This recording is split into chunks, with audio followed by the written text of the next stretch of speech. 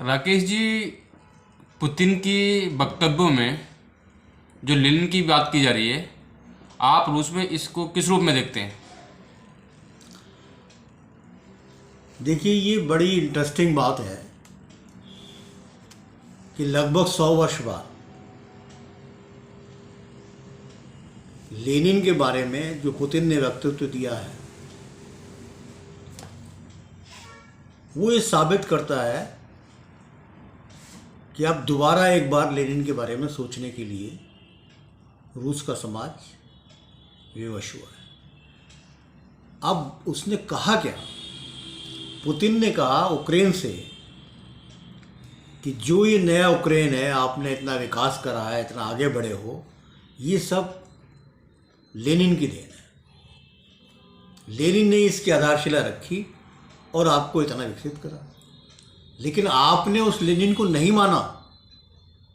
और लेनिन की मूर्तियां तोड़ दी और दूसरी तरह का समाज स्थापित कर दिया।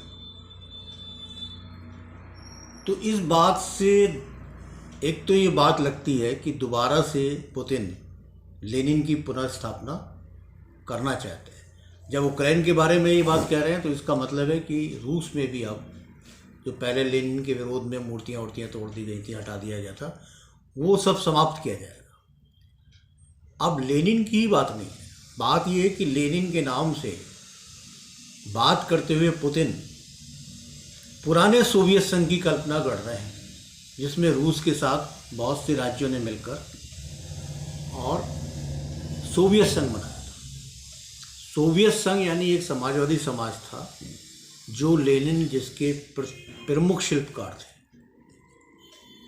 जिन्होंने अपनी बौद्धिक क्षमता से, अपने रणनीतिक कौशल से जार के रूस को प्रथम विश्व युद्ध के दौरान परिवर्तित कर दिया था एक ऐसे राज्य के रूप में जो दुनिया का आधुनिक राज्य बन गया और 50 साल तक पूरी दुनिया में सोवियत संघ का बोलबाला रहा। प्रथम विश्व युद्ध में सोवियत संघ बना, लेकिन द्वितीय विश्व युद्ध में दुनिया को यह मालूम पड़ा कि सोवियत संघ हर मामले में उनको, चाहे अंतरिक्ष में व्यक्ति भेजने की बात हो, चाहे कोई हथियार बनाने की बात हो, चाहे परमाणु बम बनाने की बात हो, चाहे अपने सारे लोगों को शिक्षित करने की बात हो, चाहे अब सारे लोगों के लिए अपने स्वास्थ्य अवेलेबल कराने की बात हो, चाहे सारे लोगों को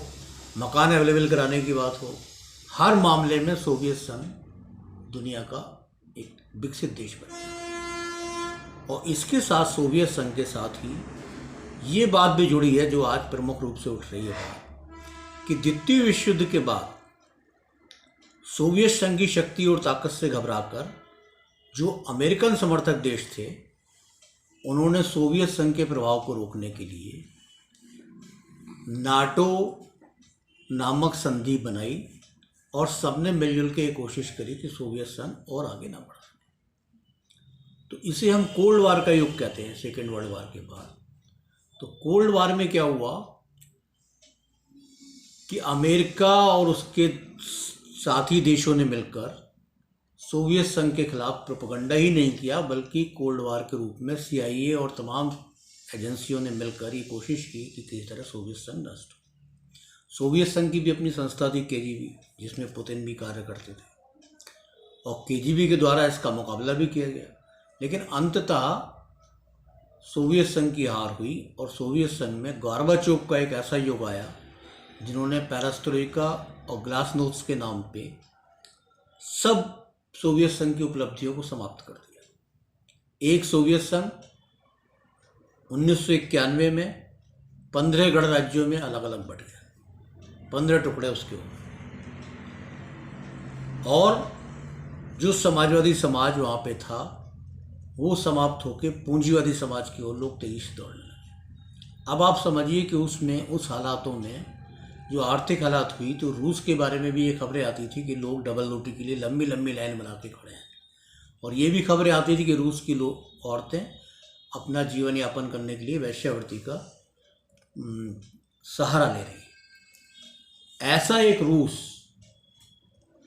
जो ध्वस्त हो गया, जिसकी आर्थिक तबाही हो गई, उस रूस को दोबारा धीरे धीरे रास्ते पे लाते हुए आज पुतिन ने फिर इस मोड़ पे खड़ा कर दिया है कि आज फिर सेकेंड वर्ल्ड वार की तरह दुनिया ये देख रही है यूक्रेन के सवाल पे